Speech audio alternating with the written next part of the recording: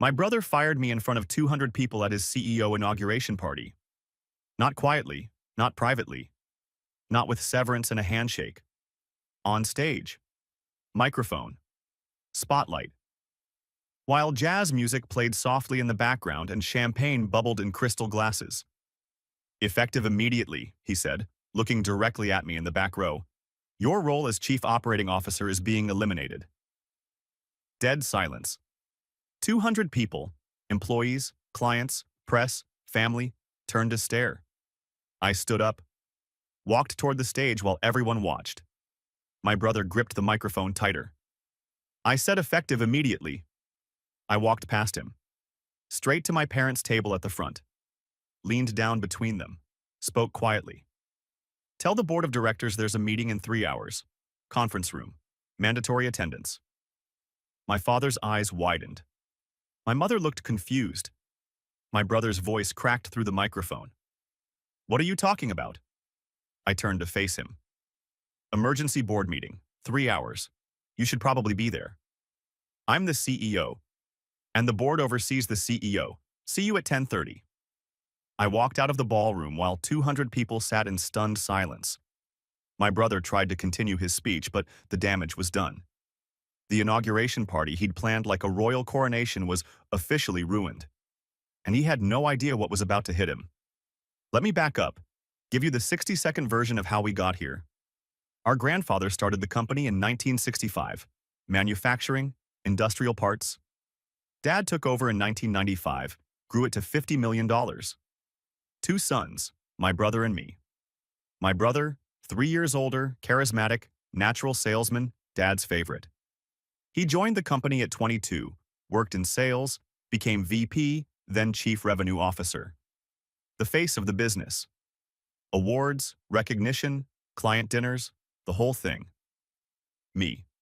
Joined at 20, went into operations and finance. The back end. Not glamorous, but essential. COO, then CFO. Restructured our entire supply chain, saved $12 million, tripled profit margins. Nobody outside the company knew my name, but the company ran because of what I built. For 15 years, we worked together.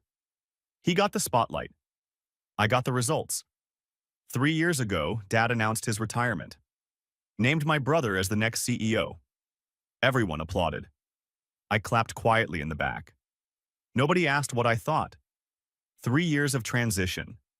My brother shadowed Dad, learned the vision, focused on culture and public image. I kept running operations, finance, strategy, the actual business. Last week, my brother called me into his office. I'm making changes when I take over, he said. Okay. Big changes, restructuring leadership. Okay. You've been COO for 10 years. That's too long. I need my own team. I didn't respond. So I'm letting you go. I'll announce it Friday, at the inauguration. In front of everyone? Clean slate, new era. Okay. He looked surprised. That's it? No argument? Nope. I thought you'd make this difficult. I stood up and walked out. He thought I accepted it. Thought I was rolling over. Thought I understood my place in his new regime. He was wrong. Friday night. 7 p.m. Hotel ballroom transformed into what can only be described as a corporate wedding. White drapes, uplighting, jazz quartet, ice sculptures shaped like our company logo. 200 people in suits and cocktail dresses. Employees nervous about their jobs. Clients wondering what changes were coming. Press taking notes. Family beaming with pride. My brother at the center of it all, shaking hands, giving quotes, playing the role he'd been rehearsing for 3 years. I sat in the back row, quiet, watching. At 8:30, the lights dimmed. A video montage played on screens. My brother's journey through the company. Sales wins, client testimonials, Dad passing him the torch. Inspirational music. Not a single mention of operations, finance, or the $12 million I'd saved. Then he took the stage. Microphone in hand, spotlight on his face. Thank you all for being here tonight. This is truly a dream come true. Applause, genuine and polite. I've spent 15 years learning this business from the best. My father, our incredible clients, and this amazing team. More applause. He was good at this part. Always had been. Tonight, as I officially step into the role of CEO, I'm committed to taking this company to new heights, to innovating, to growing, to building something even greater than what my father created. Cheers. People were into it. He had them. But to do that, his tone shifted. I need to make some difficult decisions. The room got quieter. People shifted in their seats. I need a leadership team that's completely aligned with my vision for the future. Uncomfortable silence. Employees exchanged glances. So effective immediately, I'm restructuring the C-suite. He looked directly at me in the back row.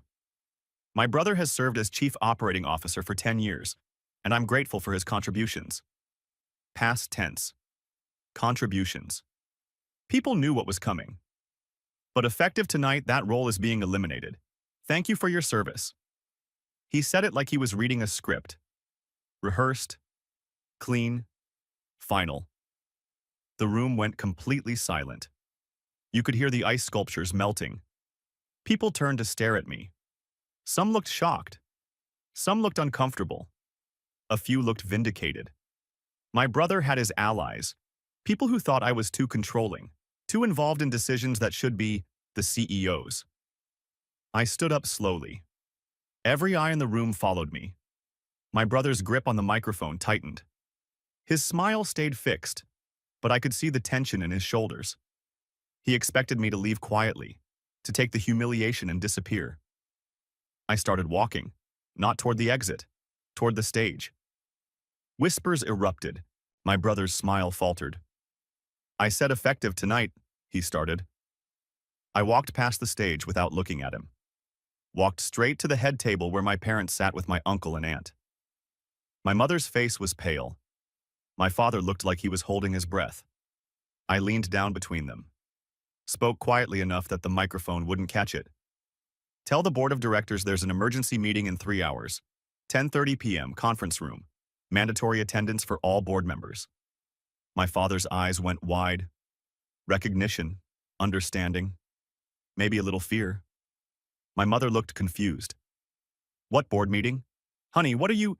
3 hours, I repeated. Then I stood up and turned to face my brother on stage. He was frozen, microphone hanging loose in his hand, smile completely gone. I raised my voice. Not shouting. Just clear. Emergency board meeting, 10:30 tonight. You should probably attend. What? He tried to laugh it off. What are you talking about? I'm the CEO, and the board oversees the CEO, company bylaws, page 47. Dead silence in the ballroom. People were recording this on their phones now. I don't need board approval to... Actually, you do. All C-suite changes require majority board vote. It's in the founding documents. You'd know that if you'd read them. His face went red. This is my inauguration. See you at 10:30. I turned and walked out. Not rushed, not angry, just calm. Behind me, chaos erupted. Whispers, gasps, phones buzzing. My brother trying to salvage his speech. Someone turning the music back on too loud. I walked through the hotel lobby, got in my car and drove home. Didn't rush, didn't panic, just drove. Because I'd been preparing for this moment for 8 years. What my brother didn't know, what nobody except the board members knew, was that I wasn't just the COO. I was on the board of directors, had been for 8 years, since I restructured the entire financial system and saved the company $12 million. Dad appointed me. Unanimous vote. My brother never asked about it. Never wondered why I was in certain meetings. Never questioned why major decisions waited for board approval. He assumed CEO meant ultimate power. It doesn't. The board had 5 members: Dad, Mom, my uncle, and 2 external advisors from the industry. And me. My brother wasn't on the board. Didn't have a seat. Didn't have a vote. He had a title. I had actual power. And he was about to learn the difference. I got home at 9 p.m., changed out of my suit, made coffee, pulled up the company bylaws on my laptop. Not because I needed to review them, I'd memorized the relevant sections years ago, but because I wanted the printed copies ready. My phone started buzzing. Texts from employees asking what just happened. Calls from my uncle asking if I was serious about the board meeting. A voicemail from my mother asking me to please not do this tonight. I ignored them all. At 10 p.m., I drove back to the office. The building was mostly dark except for the executive floor.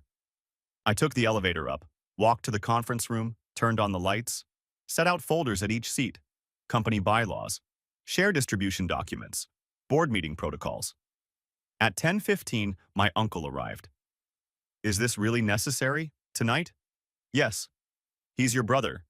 And he just fired me in front of 200 people without checking if he legally could. My uncle sighed. Sat down. 10:20. The two external board members arrived together. Both older men, industry veterans who'd watched me rebuild this company's operations from the ground up. They nodded at me, took their seats. 10:25. My mother arrived looking tired and worried. Sat next to my uncle. Didn't say anything. 10:28. My father walked in, made eye contact with me. Something in his expression, respect, maybe, or resignation. 10:30, exactly. My brother burst through the door. He was still in his inauguration suit, but his tie was loosened, his hair slightly messed up. He looked panicked, angry, confused. What the hell is this? I gestured to the empty chair at the table. Board meeting, have a seat. I don't understand what's happening. Sit down. He looked around the table, at Dad, at Mom, at Uncle, at the two external members he'd probably only met a handful of times. Why are they all here? They're the board of directors. I know that, but why are you running the meeting? Because I'm on the board. Have been for 8 years. He blinked. Looked at Dad. What? Dad's voice was quiet. He's been a board member since 2016 when he restructured our finances? And nobody told me? You never asked. My brother's face went through several expressions. Confusion, disbelief, anger, finally landing on defensive. Fine, I'm here. What's this about? I sat down at the head of the table, opened my folder. This emergency meeting has been called to address your decision tonight to terminate the chief operating officer without board approval. I don't need board approval to fire someone. Actually, you do. I slid a document across the table. Company bylaws, page 47, section 12. All executive leadership changes at the C-suite level require majority board approval. He grabbed the paper, read it. His face went pale. This says, I can't make personnel changes?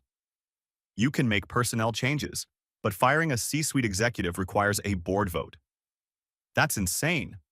That's the law. Well, not law, but company policy, which is legally binding. He looked around the table again. Nobody was meeting his eyes except me. So what? You're going to block me from running my own company? It's not your company, but we'll get to that. I'm the CEO. Yes, and the board oversees the CEO. That's how corporate governance works. My brother slammed his hand on the table. This is bullshit. Is there a motion on the floor? I asked calmly. What? You wanted to fire the COO. That requires a vote, so let's vote. He stared at me. You're serious. Completely. I looked around the table. Motion. Terminate the chief operating officer, effective immediately. All in favor? My brother raised his hand, looked around, waited. Nobody else moved. All opposed? I raised my hand. So did Dad, Mom, Uncle, both external members. 5-1, motion fails. My brother's mouth opened. Nothing came out. The COO position remains filled. Meeting adjourned? Wait, his voice cracked. That's it? That's it. You're just blocking me? I'm following company policy, which you would know if you'd spent the last 3 years learning how the business actually works instead of planning your inauguration party. That landed. Hard. He looked at Dad. You knew about this? Dad nodded slowly. And you're voting against me? Your own son? I'm voting for what's best for the company. That's my job as a board member. My brother stood up so fast his chair fell backward. This is unbelievable. I'm the CEO. I should be able to... You're the CEO, I interrupted. Not a dictator, not the sole owner. You have a job. So do I. And the board makes sure we both do them properly. He pointed at me. This isn't over. Actually, it is. The vote happened. You lost. That's how boards work. He looked like he wanted to say something else. Instead, he turned and stormed out. The door slammed behind him. The room was silent except for the hum of the air conditioning. Finally, my uncle spoke. That was brutal. He fired me on stage in front of 200 people. Fair point. I didn't sleep that night. Not because I was anxious, because I was waiting. My brother was predictable. Always had been. And I knew exactly what he'd do next. At 6:30 a.m., my phone rang. Unknown number. I answered. Hello. This is Richard Morrison from Morrison & Associates. I represent your brother. We need to discuss last night's board meeting. A lawyer called it. There's nothing to discuss. The vote happened. It's done. My client believes there were procedural irregularities. There weren't. The meeting was called according to bylaws. All board members attended. The vote was recorded. Your client lost. He's the CEO, and the board oversees the CEO. Tell him to read page 47. Have a good day. I hung up. 30 seconds later, my brother called directly. You can't do this. Good morning to you too. I hired a lawyer. He says I have grounds to challenge. He's billing you to tell you what you want to hear. You don't have grounds. You have a tantrum. I'm the CEO of a $50 million company. Then act like it. Read the bylaws. Learn how the business works. Show up to board meetings prepared. Board meetings I wasn't even on. You never asked to be on the board. Never questioned how corporate governance worked. You just assumed the title gave you absolute power. Silence on his end. Then, how long have you been on the board? 8 years. 8 years? And nobody told me? You never asked. Not once in 8 years did you ask how board decisions were made or who had voting power. Because I was focused on actually running the business. You were focused on being seen running the business. There's a difference. He hung up. I made coffee and waited for round 2. It came at 10 a.m. My phone buzzed with a calendar invite. Emergency shareholder meeting. Today, 2 p.m. I called my father.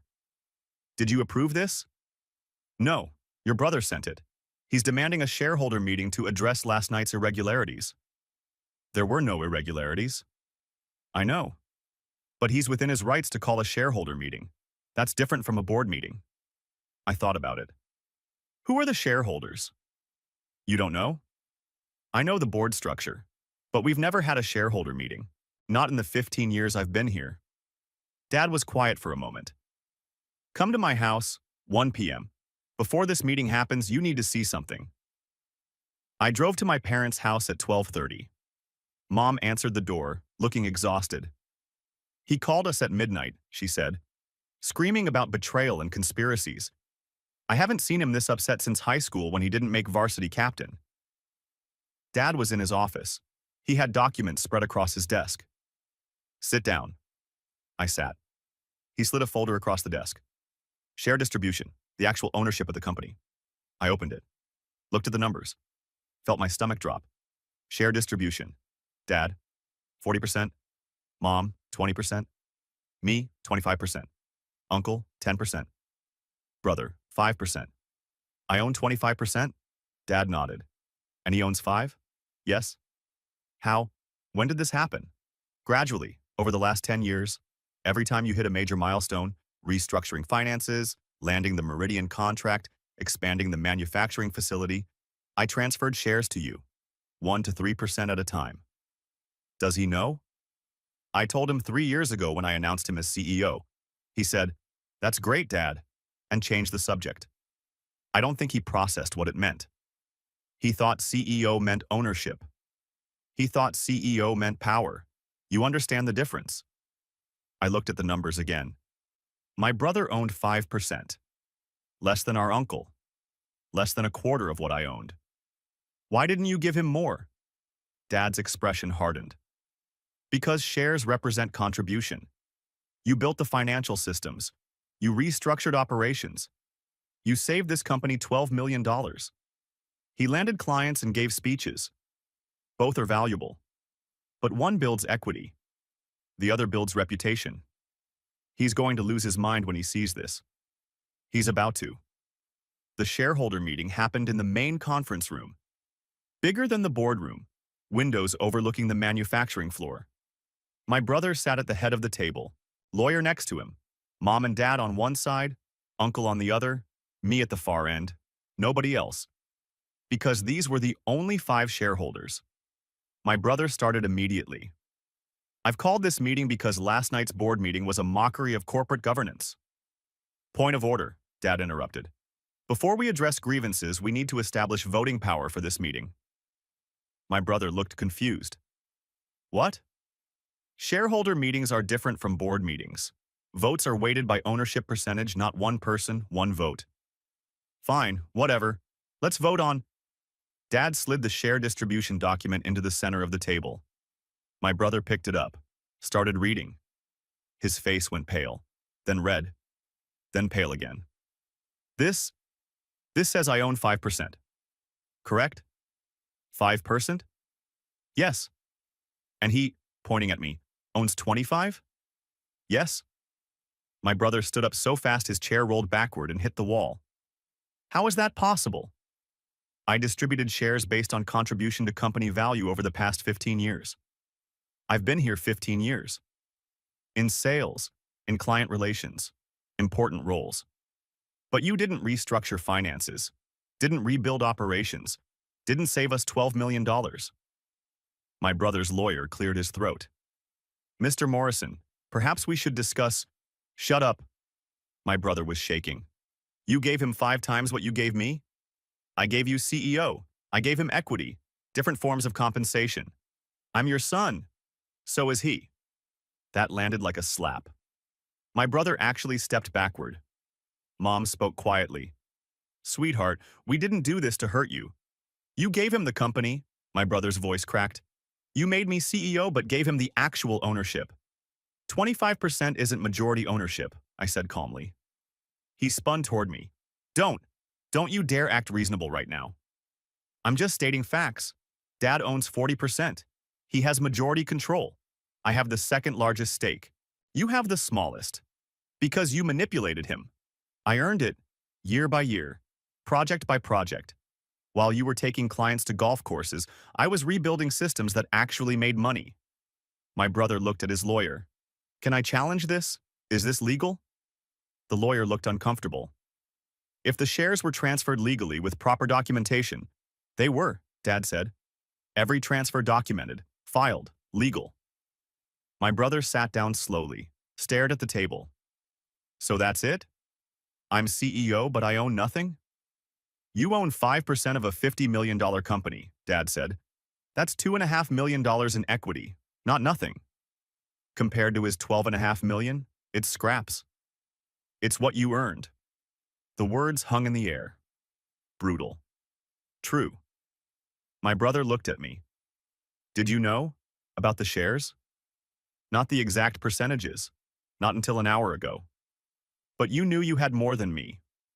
I suspected. And you never thought to mention it? Would you have listened? He didn't answer. The meeting ended without a vote. There was nothing to vote on. My brother's grievance was that the board overruled him. But the board had acted legally. And now he knew why. Because the people with actual ownership sat on the board. He wasn't one of them. After everyone left, my brother stayed in the conference room. Staring out the window at the manufacturing floor, I started to leave. Stopped. For what it's worth, I said, I didn't want this to be ugly. But you knew it would be. I knew you'd try to fire me without checking if you could. Yeah. You could have warned me. You could have asked. In 3 years of transition, you could have asked one question about bylaws, or board structure, or share distribution. You didn't. He turned to face me. Because I trusted Dad. I trusted this family. I thought being named CEO meant something. It does mean something. It means you're the public face, the vision, The leader people see. That's not nothing. But you have the power. I have equity. Dad has control. There's a difference. Feels the same from where I'm standing. I walked to the window next to him, looked down at the floor. 200 employees working, building, creating value. You wanted to fire me last night, I said, in front of 200 people. No warning, no conversation, just public execution. Why? Because I wanted my own team. No. You wanted to prove you were in charge. You wanted everyone to see that you didn't need me anymore. He didn't deny it. The problem, I continued, is that you do need me, and I need you. Sales and operations. Vision and execution. That's how this company works. It's how it's always worked. But you have more power. I have more equity, because I earned it. You can earn it too. How? By waiting another 15 years? By learning the business, actually learning it. Finance, operations, strategy. Not just the fun parts, the boring, difficult, essential parts. My brother was quiet for a long moment. What if I can't? It was the first honest thing he'd said all day. Then you're a CEO who needs a strong COO. There's no shame in that. Most CEOs do.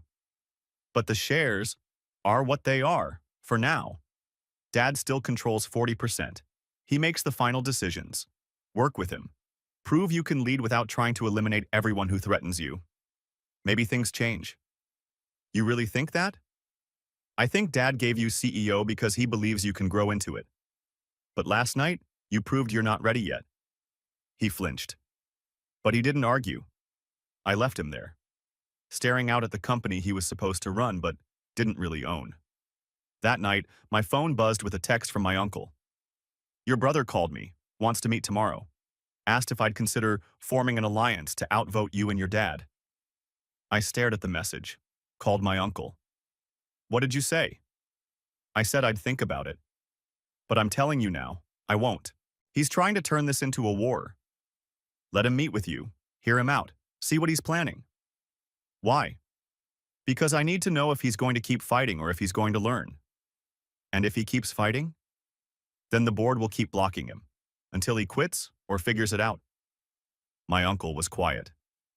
You're really willing to go that far? He fired me in front of 200 people. Yeah, I'm willing. After we hung up, I sat on my couch in the dark. My phone buzzed again. This time, my father.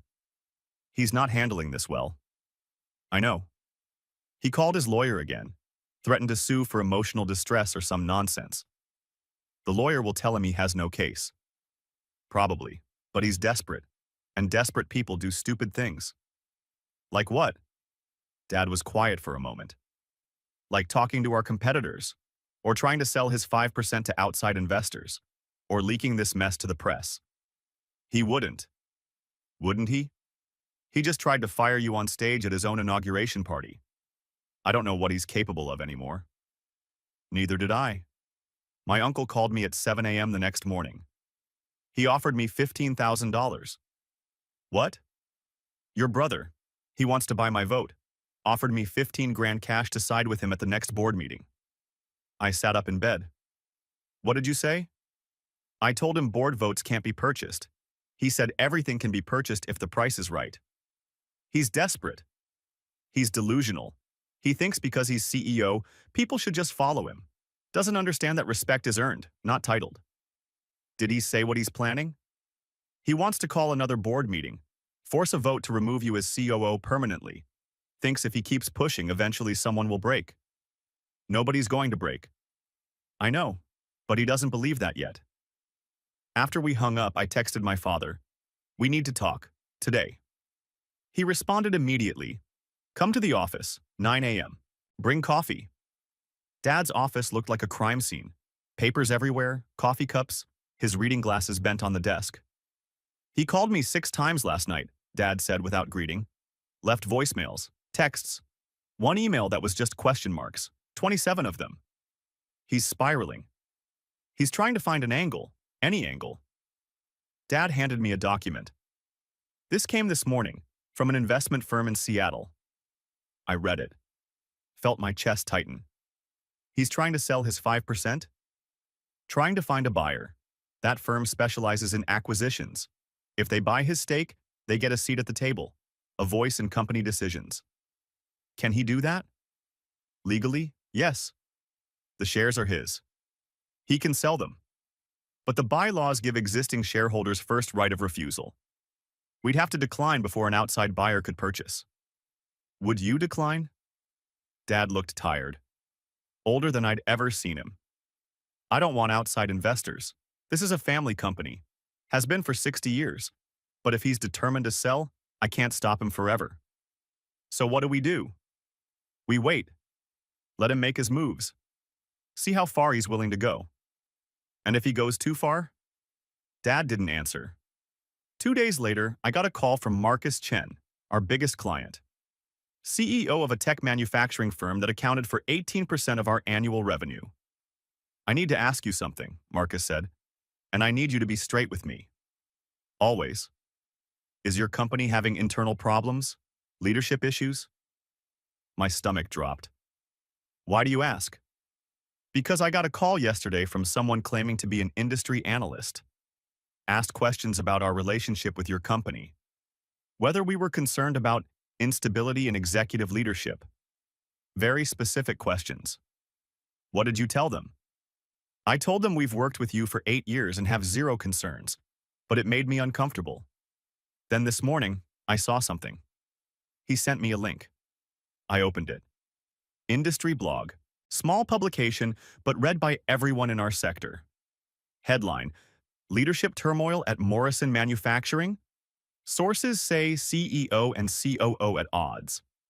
The article was vague. Anonymous sources. Speculation. But it mentioned the inauguration party. Mentioned public confrontation and emergency board meeting. Got enough details right to be credible. Did you leak this? Marcus asked. No. Then who did? I knew exactly who. I'll handle it. Handle it fast, because if I'm getting calls, other clients are too, and nobody wants to partner with a company that's imploding.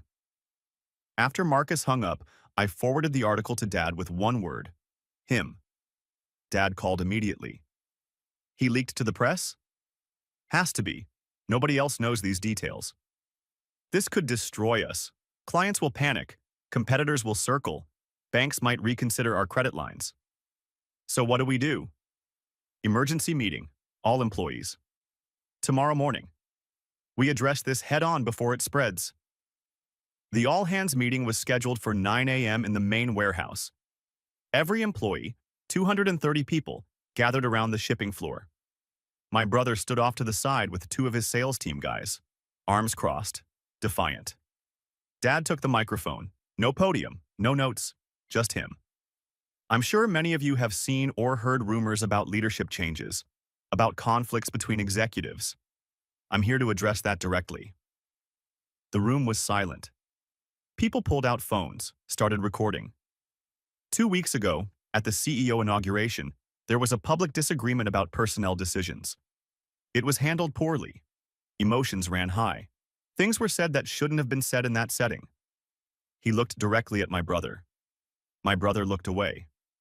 Since then, there have been meetings, discussions, decisions made according to company policy and bylaws. Some people are unhappy with those decisions. That's understandable. But what's not acceptable is taking internal disagreements public. Dad held up a printout of the industry blog article. This article appeared yesterday. It contains information that could only have come from someone inside this company. Someone who prioritized their personal grievance over the well-being of 230 employees who depend on this business. Murmurs through the crowd. People looking around, trying to figure out who leaked. I want to be clear about something, Dad continued. This company has survived 60 years because we solve problems internally, because we put the business first, because we understand that when leadership fights publicly, everyone suffers. He paused. Let that sink in. So here's what's going to happen. Your CEO, he gestured to my brother, will continue leading sales, client relations, and public-facing operations. Your COO, he gestured to me, will continue leading operations, finance, and internal strategy. They will work together. They will communicate. They will put this company first. And if they can't, someone called from the back. Dad's voice hardened. Then the board of directors will make changes, because this company is bigger than any one person, including me, including my sons. The room went completely quiet. Dad looked at my brother. Do you have anything to add? My brother stepped forward, took the microphone. His hand was shaking slightly. I want to apologize. To everyone. The inauguration was supposed to be a celebration. I made it about ego, about power. And I'm sorry. It sounded rehearsed. But at least he said it. I'm learning, he continued. Learning that being CEO doesn't mean having all the answers. It means surrounding yourself with people who do. And my brother, he looked at me, is one of those people. He handed the microphone back to Dad and walked away. People clapped. Uncertain, awkward applause. But it was something. After everyone dispersed, I found Dad in his office. That was risky, calling him out publicly. He needed to be called out, and everyone needed to see that actions have consequences. Do you think he learned anything?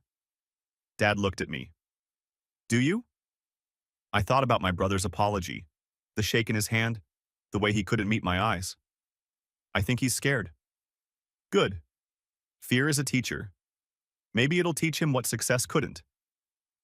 That night, I got a text from my brother. Can we talk? Just us. No lawyers, no board, no dad. I stared at it for a long time. Finally typed, tomorrow, coffee shop on 5th, 7 a.m. I'll be there. He was already sitting at a corner table when I arrived. 2 coffees waiting. He'd ordered my usual, black, no sugar. I sat down, didn't say anything. Thank you for coming, he said. You leaked to the press. I was angry. I wasn't thinking. You leaked to the press, I repeated. Put 200 jobs at risk because you were embarrassed. He looked down. I know. Marcus Chen called me, our biggest client, asked if the company was imploding. I had to reassure him we weren't falling apart. Because of you. I'm sorry. Are you? Or are you sorry you got caught? He was quiet. Then, both, probably. At least he was honest. What do you want? I asked. I want to understand why Dad gave you so much more. 25% versus 5. It's not just about money. It's about what it means. That he values you 5 times more than me. It's not about value. Yes, it is. You know it is. He gave you equity based on contribution, which means he thinks I contributed 1/5 of what you did. You contributed differently. Sales, relationships, vision. But not results. Not the things that actually matter. I sipped my coffee. Do you know why I restructured the financial systems 10 years ago? Because they were broken? Because I asked Dad to let me try. I came to him with a plan, pages of analysis, projections, risk assessments. He said yes because I did the work to prove it was worth trying. And I never did that. You never had to. You were good at what you did. But good at sales doesn't build equity. Building systems does. Creating value does. My brother rubbed his face. I don't know how to do that. Then learn. I'm 35. You've been doing this since you were 20. So? You think I knew what I was doing at 20? I figured it out. Made mistakes. Fixed them. Learned. But you had Dad's confidence. I earned it. By showing up. By doing work nobody else wanted to do. By caring more about results than recognition. He looked at me. I've spent 15 years trying to be the favorite son. And you spent 15 years just being better. It was the most self-aware thing I'd ever heard him say. So what now? I asked. I don't know. Keep being CEO? Try to learn what you know? Hope Dad eventually gives me more equity? Or accept that we have different roles, and both are necessary. But you have more power. I have more equity. Dad still has control, and you're still CEO. People still look to you for leadership. That's not nothing. He nodded slowly. The all-hands meeting, when Dad called me out, that was humiliating. You humiliated yourself. He just made sure everyone saw it. Harsh. True. We sat in silence. Outside, the city was waking up. Cars passing. People heading to work. Normal life continuing while we sat in a coffee shop trying to figure out how to be brothers and colleagues and competitors and allies all at once. I'm not going to try to buy Uncle's vote anymore, he said finally. Good. Or leak to the press, or hire lawyers, or fight this. Also good.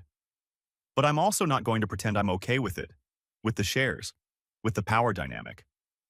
I don't expect you to be. So we just… What? Work together while resenting each other? We work together professionally. And maybe, eventually, we figure out the brother part. He finished his coffee. Okay. Okay? Yeah. Okay. He stood up, extended his hand. I shook it. It wasn't forgiveness. It wasn't a resolution. But it was something. 6 months passed. We worked together, professionally. My brother handled clients and vision. I handled operations and numbers. We didn't grab coffee or talk about anything personal. But we showed up, did our jobs, kept the company running. Revenue was up 11%. 2 major contracts signed. Employee retention at 94%. From the outside, everything looked fine. Then I got the email. Subject: Mandatory shareholder meeting. Friday 2 p.m. My brother had scheduled another shareholder meeting. No warning, no agenda attached. I called Dad. Did you approve this? No, but he's within his rights. Any shareholder can call a meeting with 48 hours notice. What's he planning? I don't know, but he hired a new lawyer, corporate litigation specialist from San Francisco. Expensive. Friday at 2 p.m. we gathered in the conference room. Same 5 shareholders. But this time, my brother brought his lawyer, a woman in her 50s with silver hair and a briefcase that probably cost more than my car. This is Rebecca Thornton, my brother said. She specializes in corporate governance disputes. Dad's expression hardened. This is a shareholder meeting, not a trial. It's both, Rebecca said smoothly. My client believes there have been systematic violations of fiduciary duty by certain board members. We're here to address those violations. I leaned back. This should be interesting. My brother slid documents across the table. Over the past 6 months, major decisions have been made without proper shareholder approval. Contracts signed, capital expenditures approved, all done by the board without full shareholder vote. The board is authorized to make operational decisions, I said calmly. That's in the bylaws. Decisions up to $500,000, Rebecca interrupted.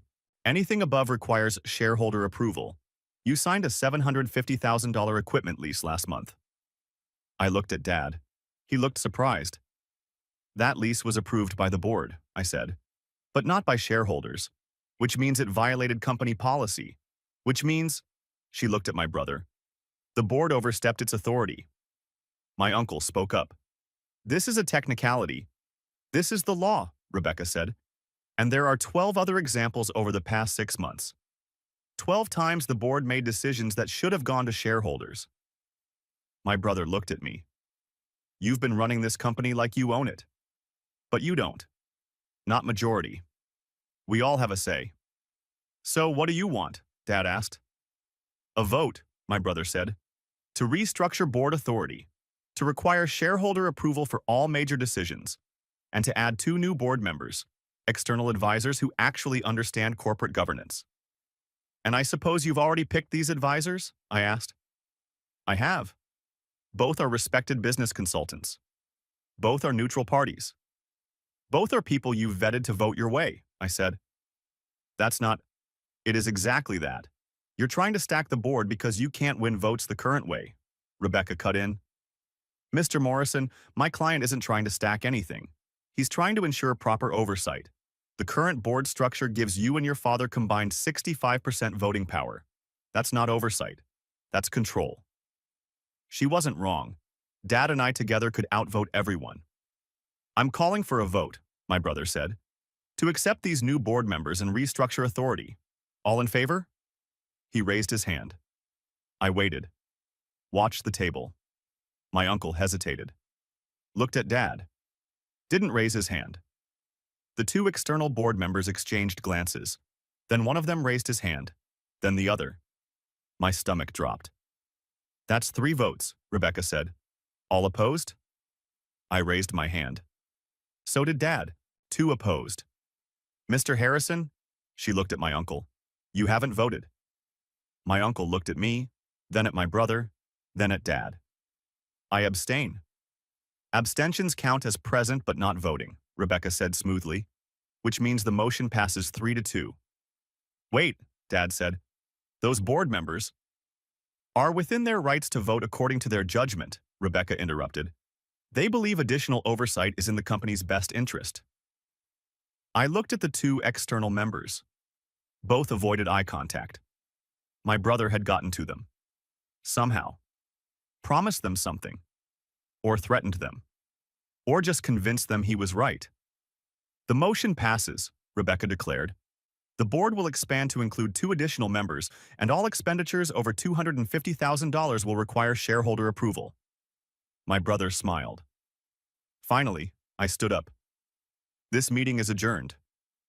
Actually, Rebecca said, there's one more item. My client is also calling for a vote on the current COO position. Given the violations of authority— No, Dad interrupted, his voice sharp. Final. Everyone turned. You don't get to do this, Dad said to my brother. You don't get to use technicalities and lawyers to tear down what we've built. I'm protecting the company. You're protecting your ego. Dad slammed his hand on the table. 6 months ago, you tried to fire him on stage. When that failed, you tried to buy votes. When that failed, you leaked to the press. And now you're trying to manipulate board structure because you can't accept that you're not in control. I'm the CEO, and you've proven you're not ready for it. The room went silent. Dad stood up. I'm calling a vote. Right now. Confidence in current leadership.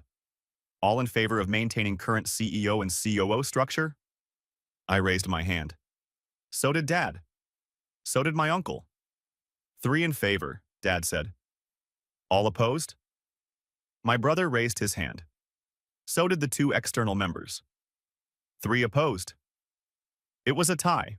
Rebecca leaned forward. In the event of a tie, the largest shareholder breaks the deadlock. That's you, Mr. Morrison. How do you vote? Dad looked at my brother, then at me. I vote to maintain current structure. The motion passes. This meeting is adjourned. My brother stood up so fast his chair fell. You just chose him over me. I chose what's best for the company. I'm your son. So is he, Dad's voice cracked. And I'm tired of pretending that title matters more than results. I gave you CEO. I gave you every opportunity to prove yourself. And you've spent 6 months fighting instead of leading. My brother's face went pale. Then I quit. The room froze. What? Mom whispered. I quit. CEO, board, all of it. I'm done. He looked at Rebecca. Draw up the paperwork to sell my 5%. I want out. Son, Dad started. Don't. My brother grabbed his jacket. You made your choice. I'm making mine. He walked out. Rebecca gathered her papers. I'll be in touch about the share transfer. After she left, the room sat in heavy silence. Finally, one of the external board members spoke. For what it's worth, he promised us consulting contracts if we voted with him. I figured, I said. We shouldn't have accepted. We'll resign from the board. No, Dad said. You'll stay, and you'll vote according to what's actually best for this company, or I'll replace you both. They nodded and left quickly. My uncle looked at Dad. Is he really gone? I think so. Mom started crying quietly. I walked to the window, watched my brother get in his car and drive away. Dad joined me. Did I do the right thing? Yes. He's going to hate me. Probably, but the company will survive. 3 weeks later, Rebecca called. My client has accepted an offer for his shares. $4.2 million. Sale closes next Friday. Who's buying? I asked. I'm not at liberty to say. But I found out 2 months later when the announcement went public. My brother had taken his $4 million and started a competing company. Same industry, same client base. Hired away 3 of our sales guys. He called it Morrison Solutions. Positioned it as the innovative alternative to our old-fashioned family business. Some clients were curious. A few took meetings. But when they asked who was handling operations, who built their systems, who actually delivered results, there were no good answers. My brother was good at sales, but sales without operations is just promises. By month 6, Morrison Solutions had landed 2 small contracts. We'd landed 8 major ones. By month 9, he'd burned through half his capital on overhead and salaries. By month 12, he was quietly reaching out to former colleagues asking about collaboration opportunities. I never responded. 2 years later, I'm sitting in Dad's old office. He retired for real this time. Made me CEO.